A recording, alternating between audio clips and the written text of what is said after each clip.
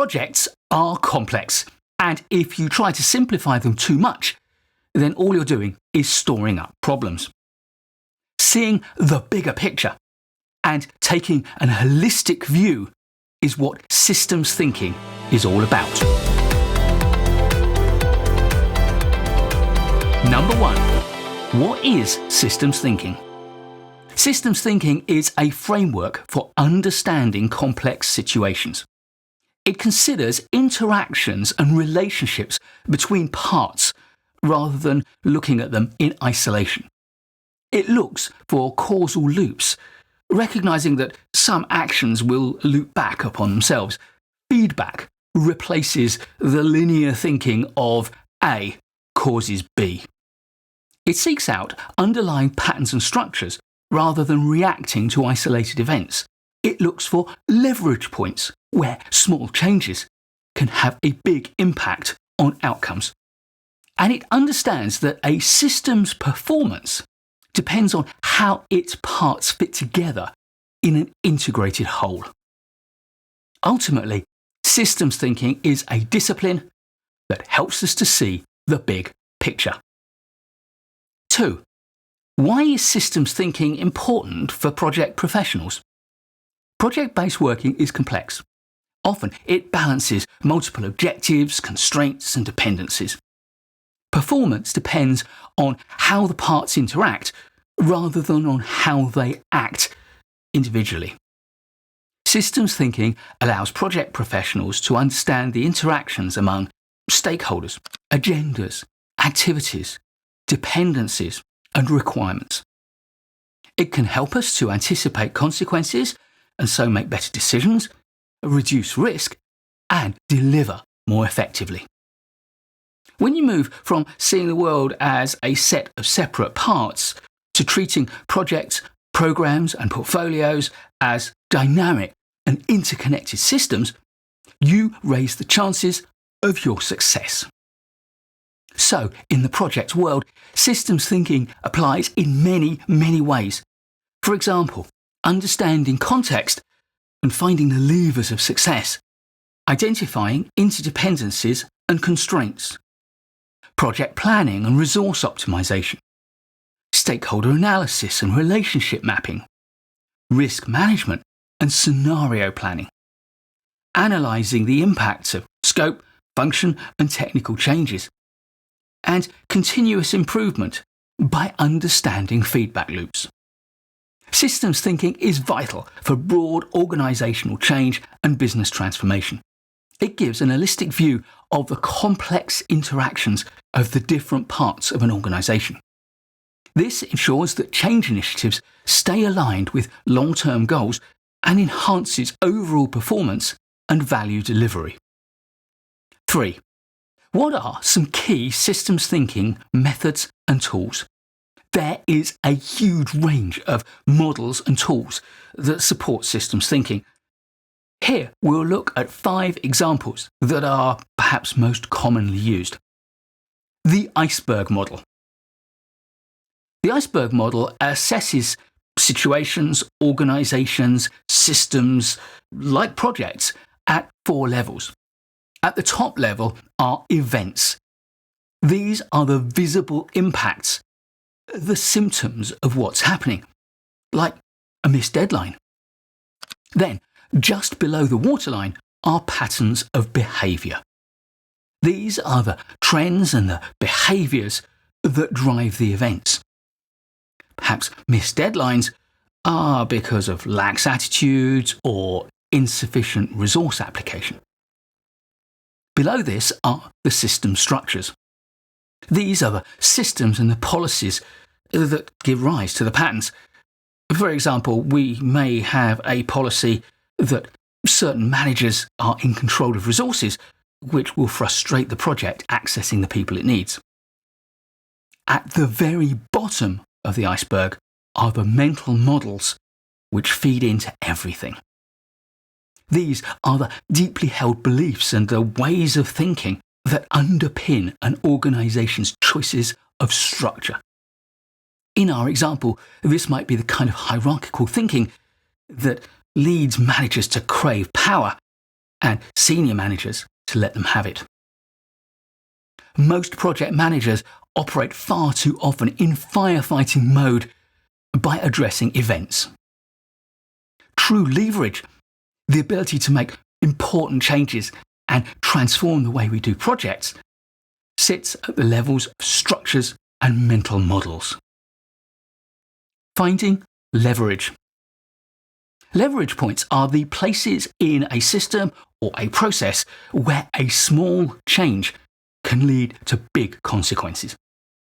For project managers, powerful levers include things like incentives that align individuals' objectives with the project's goals, frequent cycles of proactive risk management, attention to key milestones and product delivery, information flows and active stakeholder engagement, and properly involving a project sponsor who is committed to the success of your project. The further down our iceberg model that we get, the more leverage we find, and therefore the bigger the changes we can make with small tweaks to how we do things. Causal Loop Diagrams. A causal loop diagram is a visual tool for mapping out the relationships among different parts of a system, like a project. It shows how changes in one thing can impact on a huge number of other things. These can often influence the original thing, either directly or via a number of other stops, creating feedback loops. These are loops of cause and effect, rather than simple, linear, this causes that, cause-effect diagrams. So, a causal loop diagram is a map of how different factors within your project are connected to one another. Arrows show the direction of causation, and sometimes the thickness of the line shows the strength of that causal connection. We find two types of loops. First, there are reinforcing loops. These are factors that reinforce one another and amplify change. We often refer to these as positive loops or positive feedback. The other kind are balancing loops. Here, factors that create balancing loops stabilize the system. Therefore, they are sometimes called negative loops or negative feedback. They can often manifest as resistance to change, but they can stop runaway effects. The Cynefin Framework. The Cynefin Framework is a model for understanding the different types of problems we can face in an environment like a project. We use Cynefin to categorize the different types of environments we can be in. The four main types start with a simple environment. This has obvious, simple cause and effect relationships which are highly susceptible to applying best practice.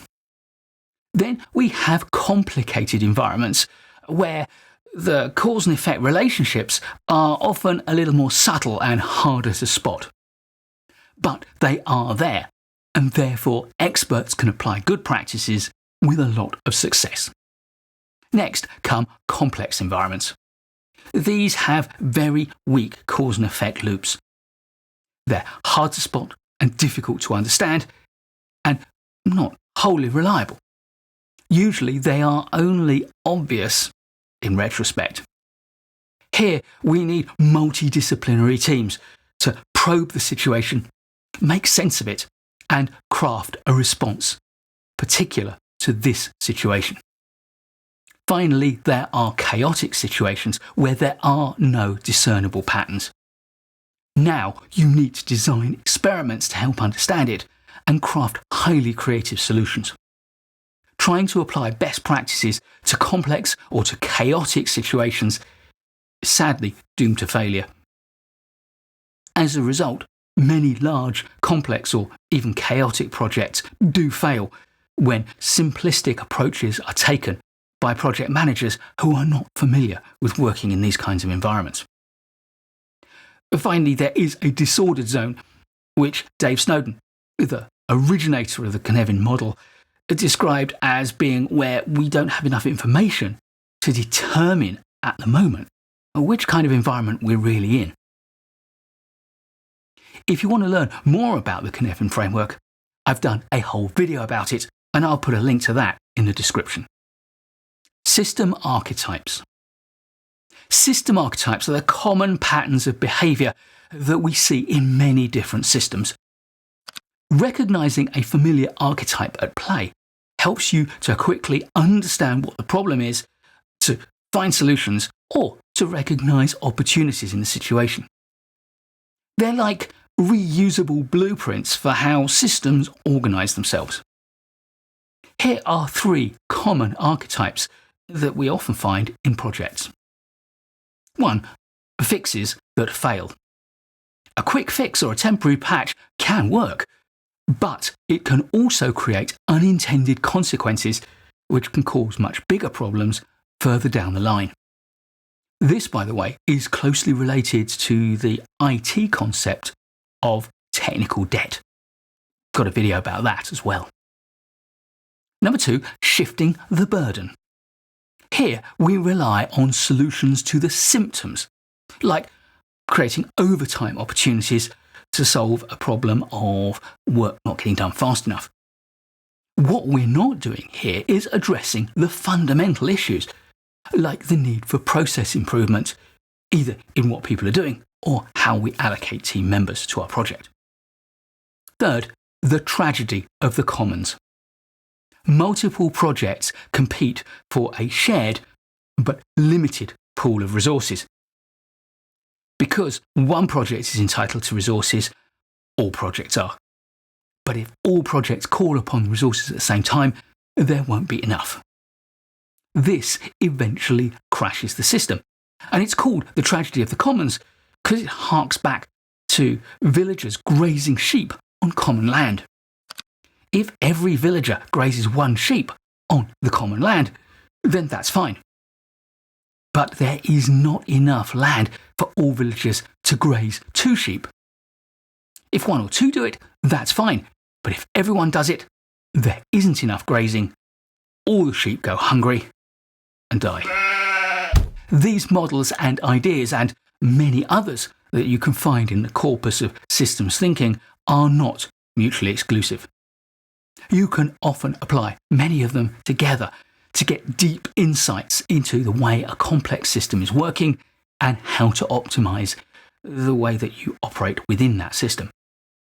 The best models to use are determined by the specific nature of the system, and therefore learning more about systems thinking gives you more flexibility, more adaptability to solve the kinds of problems you'll encounter on bigger and more complex projects.